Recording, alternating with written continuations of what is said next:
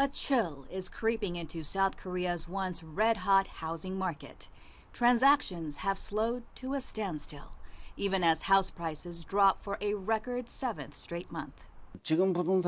Property prices have fallen by 15–20%, but when we look at apartments, the most common type of homes, there are cases where they've plummeted by 30–40%. Apartments hold a special place in South Koreans' hearts, so much so that it can make or break a president's legacy.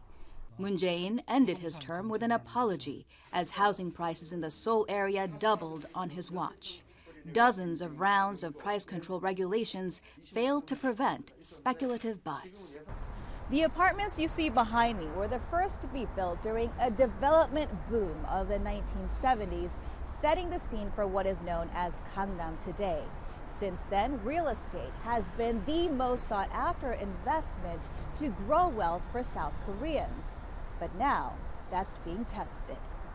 Analysts point to interest rate hikes. The central bank raised its benchmark rate by almost 3 percentage points in about 17 months to stem capital outflow to the U.S. and inflation.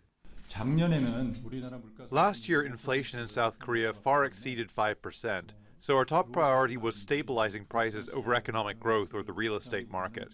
This year we start at 5% inflation and project that to taper to the 3% range by the end of the year. Most loan holders have a floating rate. Corporate lawyer Joseph Cho bought his apartment when he got married 4 years ago. He says his interest payments have gone up multiple times. Our monthly loan payments has doubled, and we'd have to keep track of the expenditures that we normally wouldn't have. For example, I think we keep track of how much we eat out now and how much we spend in department stores. Builders face bigger problems. New construction will slow as units stand empty.